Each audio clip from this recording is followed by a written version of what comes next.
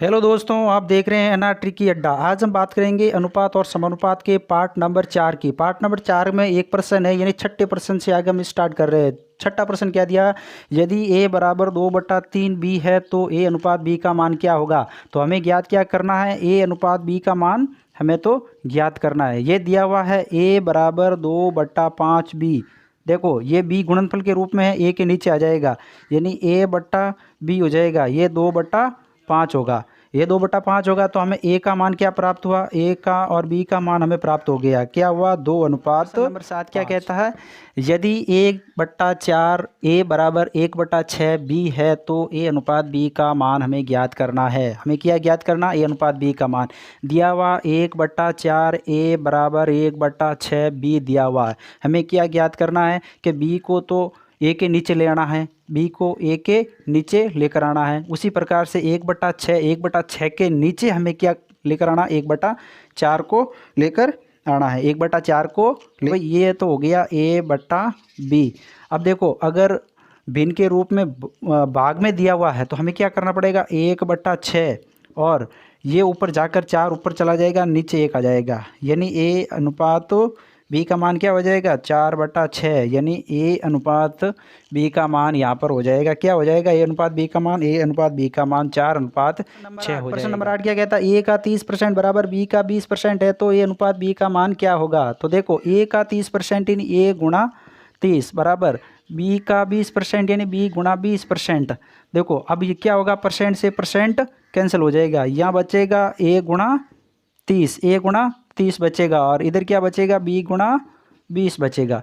देखो अब गुणनफल के रूप में है तो 1 के नीचे बी को लेकर आते हैं और 20 के नीचे 30 को लेकर आते हैं, यानी 0 से 0 कैंसिल, यानी ए अनुपात बी का मान क्या हो जाएगा? ए अनुपात बी का मान 2:3। क्वेश्चन नंबर 9 क्या कहता है? यदि राम की आय का 3/5 भाग सुबोध की आय का 2/3 भाग है तो राम व सुबोध की आय का अनुपात हमें ज्ञात करना है। तो इसका अनुपात ज्ञात करने के लिए हम क्या करते हैं? देखो भाई, जो राम की आय का 3/5 भाग, यानी सुबोध की आय का 2/3 भाग है।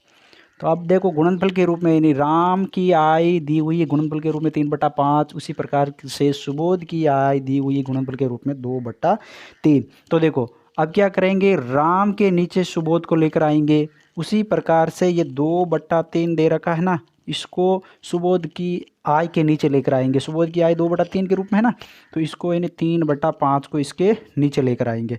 तो होगा क्या? देखो राम और सुबोध यानी 2/3 दिया हुआ है।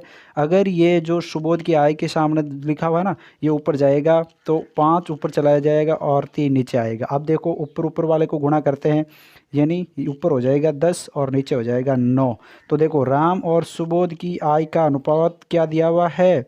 देखो राम की आय तो 10 है और सुबोध की आय 9 है, यानी राम और सुबोध की आय का अनुपात 10:9। नंबर 10 क्या कहता है? यदि राम की आय का आधा श्याम की आय का तिहाई और महेश की आय का चौथाई आपस में बराबर है तो तीनों की आय का अनुपात हमें ज्ञात करना है। तो तीनों की आय का अनुपात ज्ञात करने के लिए क्या करते हैं? देखो राम की आय का आधा यानी 1/2 बराबर है श्याम की आय का 1/3 और महेश की आय के बराबर है, यानी महेश की आय 1/4 के बराबर है। देखो अब हमें क्या करना पड़ेगा? हमें ज्ञात करना पड़ेगा। देखो यानी गुणा में है, यानी r गुणा 1, यानी हम इसको r/2 लिख सकते हैं, यानी राम/2। इसी प्रकार से श्याम/3 लिख सकते हैं, इसी प्रकार से महेश/4 लिख सकते हैं।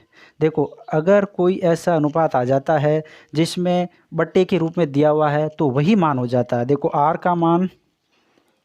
का मान 2 होगा, एस का मान 3 होगा, मान हो जाएगा 4, यानी तीनों की आय का अनुपात क्या होगा? यानी राम की आय, श्याम की आय और महेश की आय का अनुपात 2:3:4। नंबर 11 क्या कहता है? यदि राम का दुगुना, श्याम की आय का तिगुना तथा मोहन की आय का चौगुना आपस में बराबर है तो राम, श्याम और मोहन की आय के अनुपात को ज्ञात करना है।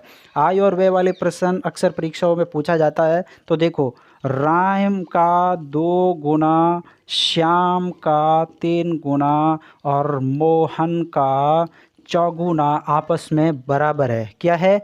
आपस में बराबर है। तो इसके लिए हमें क्या करना पड़ेगा? इसके लिए हमें, अगर देखो हमें ज्ञात करना है, यानी राम की आय, श्याम की आय और मोहन की आय के अनुपात को ज्ञात करने के लिए, देखो अगर मैंने एक प्रश्न पढ़ाया था कि अगर अनुपात बराबर में दिया हुआ है, दो से ज़्यादा अनुपात बराबर में दिए हुए हैं, उसको ज्ञात करने के लिए क्या करते हैं? एक को ढककर दोनों को आपस में गुणा करते हैं, तो उस ढके हुए व्यक्ति की आय का अनुपात, यानी उस संख्या का अनुपात आ जाता है। यानी बात ज्ञात करना, तो राम की आय को ढकेंगे, श्याम और मोहन की आय को आपस में गुणा करेंगे, यानी 3 गुणा 4 यानी 12 हो जाएगी। उसी प्रकार से अगर हमें श्याम की आय का अनुपात ज्ञात करना, तो श्याम की आय को ढकेंगे, मोहन और राम की आय को आपस में गुणा करेंगे, तो ये हो जाएगा 4 गुणा 2 यानी 8। उसी प्रकार से अगर हमें मोहन की आय का ज्ञात करना है, तो मोहन की आय को ज्ञात करने के लिए मोहन की आय को ढको, राम और श्याम की आय को आपस में गुणा कर दो, यानी 12:8:6 होगा। 12:8:6 होगा। देखो ये एक कॉमन संख्या से कटता है। किससे कटता है? देखो ये कटता है 2 से 6 बार, ये कटता है 2 से 4 बार, और ये कटता है 2 से 3 बार। यानी राम, श्याम और मोहन की आय का अनुपात क्या होगा? 6:4:3 होगा। इसी प्रकार के वीडियो देखने के लिए हमारे चैनल को सब्सक्राइब करो। वीडियो पसंद आया तो वीडियो को लाइक और शेयर करो।